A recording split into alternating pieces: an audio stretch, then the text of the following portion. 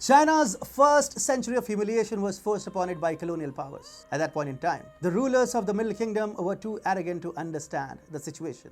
The rest is history. Now, under Xi Jinping, China has entered its second century of humiliation.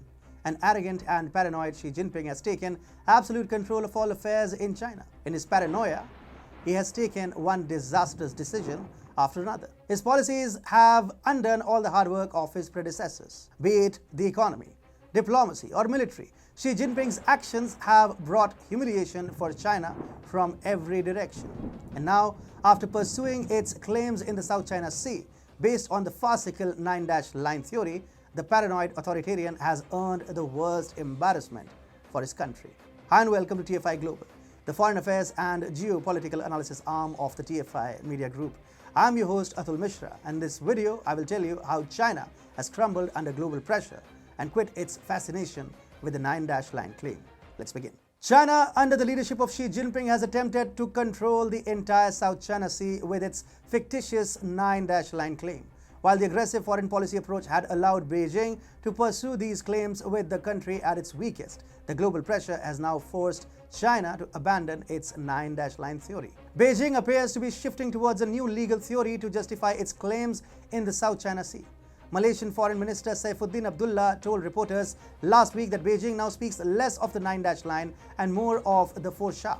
Member countries of the Association of Southeast Asian Nations, or the ASEAN, he noted, have witnessed that transition. This is the first instance where the Chinese Communist Party has made a retreat on its claims in the South China Sea. The unprecedented development goes on to show how increasing global pressure and a reinvigorated ASEAN have forced Xi Jinping to make this humiliating retreat. The global pressure on China has reached new levels, with relatively friendly organizations like the European Union and ASEAN taking steps to contain Beijing's influence in their backyard. On the domestic front, China is facing even more problems. The GDP growth rate has reached at best absolute zero and at worst double-digit negative growth. Many factors have contributed to this, be it the exodus of companies out of China, the real estate debacle, energy crunch, failing one China policy. The list goes on and on. The situation is so precarious that even a paranoid Xi Jinping has been forced to change course in the South China Sea. China has shifted to a new legal theory to justify its claims. Four sha, or Four Sands Archipelagos, are the four island groups in the South China Sea that Beijing claims to hold historical rights to. These island groups are known as Pratas Island, Paracel Islands, the Macclesfield Bank Area, and the Spratly Islands. Julian Koo, a professor at Hofstra University of Law in Long Island, New York, stated the nine-dash-line has proven to be a really easy target for critics of China's South China Sea claims. He added that the 2016 tribunal ruling did not specifically discuss China's four sha theory, although it would also be difficult to support the theory. Back in 2016, an international tribunal has already invalidated the nine-dash-line claim, saying China has no legal basis for it. Although Beijing rejected the ruling, other nations have endorsed it. And to this day, the international community has been pressing on China based on this ruling. In particular, the major ASEAN member countries have started hurting China in their respective capacities. All the China Hawk member countries have even come together to present a united front against Communist China. Late last year, Indonesia invited Brunei, Malaysia, the Philippines, Singapore, and Vietnam to meet next year as a part of the ASEAN Coast Guard Forum, which met virtually in October.